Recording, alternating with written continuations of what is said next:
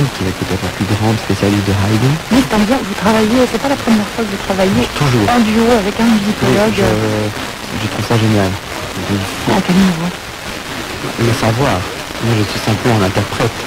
Par contre, quand on a un savoir en face de vous qui vous répond, la science de ce qu'on est en train de faire, c'est très enrichissant. Il est vrai qu'on était occupé à débattre des Gaulois.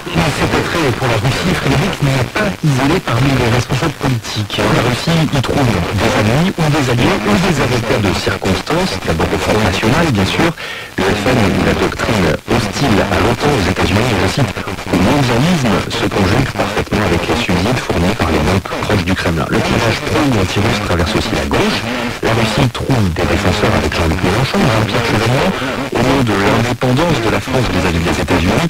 Tous deux se sont élevés contre les sanctions économiques de l'Union européenne contre Moscou. Si la présidence Hollande s'est traduite par une hostilité relativement constante sur fond de crise ukrainienne et d'embargo agricole, le président français a tout de même revu sa position dans un mois sur la question syrienne en mettant fin au ni Daesh ni Bachar, se rapprochant de fait de la position russe. Cette réflexion traduit un doute plus global sur les alliés de la France, d'abord parce que la relation avec notre allié américain s'est distendue sur ces 15 dernières années.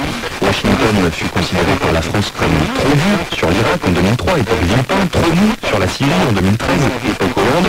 Le président... Peut-être que le chiffre qui est le plus frappant, c'est cette idée, évidemment que la démocratie fonctionne mal, je le disais, c'est un élément qui n'est pas nouveau, mais qui a un attachement à la démocratie très fort, 91%, et c'est peut-être l'élément le plus inquiétant, 72% des Français qui disent que la démocratie est en danger. Le 91%, c'est quoi? C'est un reste de l'esprit du 11 janvier ça peut s'interpréter comme ça? Ça peut s'interpréter comme ça. Il faut voir derrière ce que l'on met dans la démocratie, mais au moins ce chiffre-là est rassurant. En danger, alors en danger par qui? Par quoi?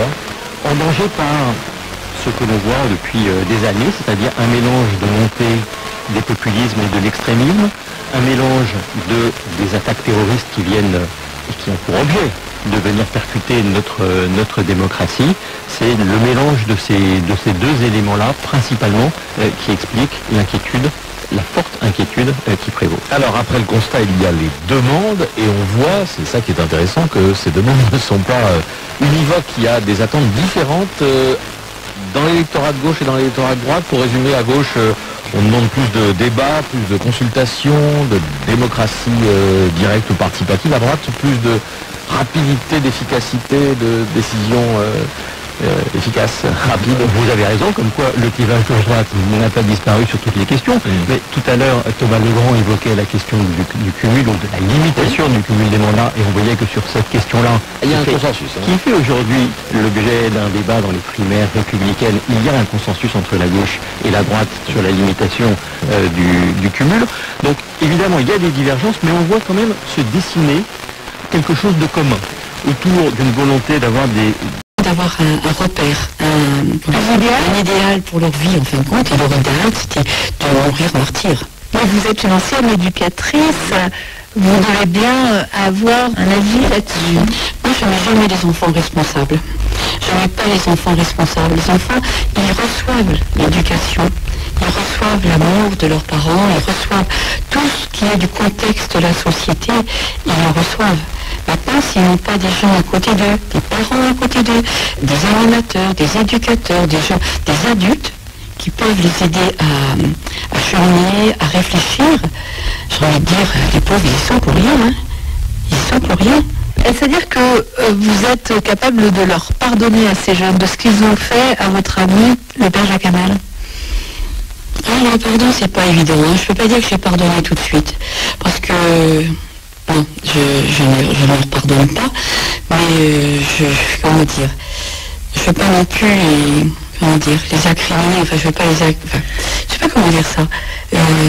J'ai pas de colère, j'ai pas de haine sur eux, bon, mais je me dis, si c'est pas, enfin, ils sont excusés, enfin c'est pas de leur faute, parce qu'ils n'ont pas reçu. Et même s'ils ont reçu, ils ont pas compris, ils n'ont pas entendu. L'un des terroristes, Adel Kermiche, vivait à Saint-Étienne du Rouvray.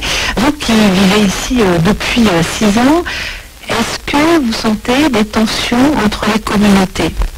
Non, aucune. Non, il n'y a pas de tension entre la communauté chrétienne, musulmane, il n'y a aucune tension. Non, moi je ne le sens pas toujours. Je ne le sens pas. Vraiment, non, il y a un respect, il y a le... Non, il y a une cohabitation.